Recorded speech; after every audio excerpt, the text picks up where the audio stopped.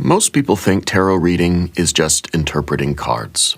But the truth, half the reading comes from what the cards never show you.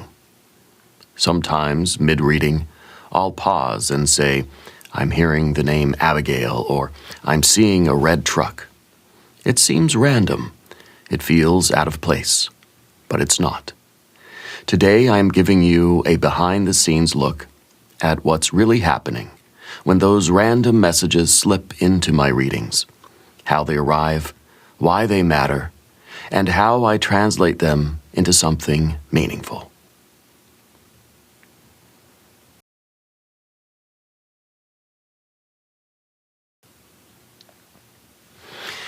Hi, I'm Paul, and this is Tarot Logic, an analytical approach to intuitive reading. What's actually happening when I get a message?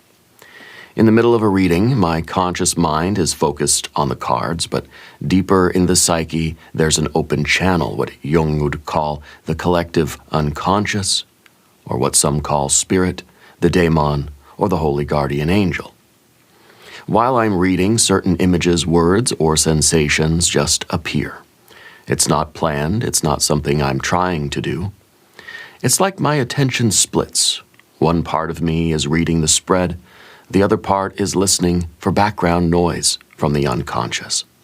That background noise, that's where names, objects, smells, or random phrases suddenly surface. How the messages feel when they arrive.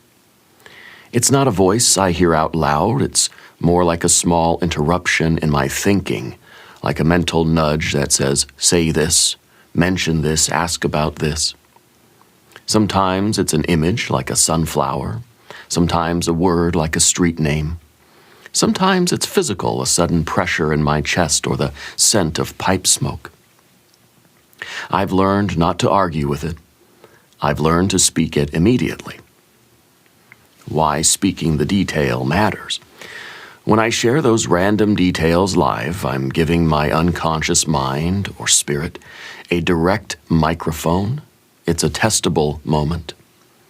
Because it either connects with someone in the collective, then they react and confirm it, or it doesn't, and they don't. And both outcomes are useful. Either I've just delivered something incredibly personal and validating, or I've learned where my signal got scrambled. This isn't about being right. It's about allowing intuitive data to flow in real time without overthinking or editing. Why these messages slip in mid-reading. Here's the psychological piece. When I flip a card, my brain starts pattern recognition.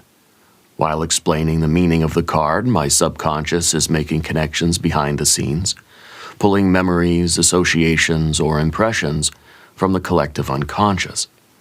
That's why the message usually drops in mid-sentence. I've triggered the channel by entering an altered state of focus. Think of it like this.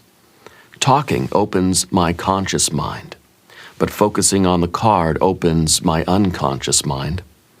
When both are open simultaneously, messages sneak through the gap. How I translate the message for you. As soon as I receive the image, name, or sensation, I speak it immediately, before I have time to analyze or doubt it. Sometimes, however, my conscious mind ignores the message. This tends to further validate the incoming signal, as it is often repeated with growing emphasis, until I offer the detail to you, the audience. I try to connect that detail to the card, to the question, and to the current life situation. I try not to over-explain. I try not to rationalize. I try to let the message speak for itself, then offer interpretation based on the cards and the context of the reading. A practical example, I once pulled the Six of Swords, and mid-reading I said, why am I seeing a harmonica and the name Abigail? It turns out that someone's daughter Abigail was moving away for college, and her grandfather, who used to play the harmonica, had just passed. Spirit, psyche, both. The key is not where it came from. The key is that it arrived in the moment when it was needed. The key takeaway here, the cards tell a story. But those random details, their personal punctuation marks, their spirit, or the unconscious, offering extra data the cards alone can't provide.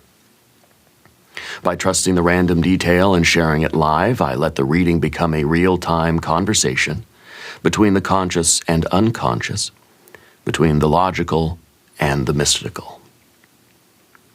If this gave you a new perspective on psychic messages during tarot readings, subscribe to Tarot Logic for more behind-the-scenes insights. And leave a comment below. What's the strangest random message you've ever received or ignored, either in my readings on Dove and Serpent Tarot or in your own readings? Until next time, read with clarity, read with structure, and always read with logic.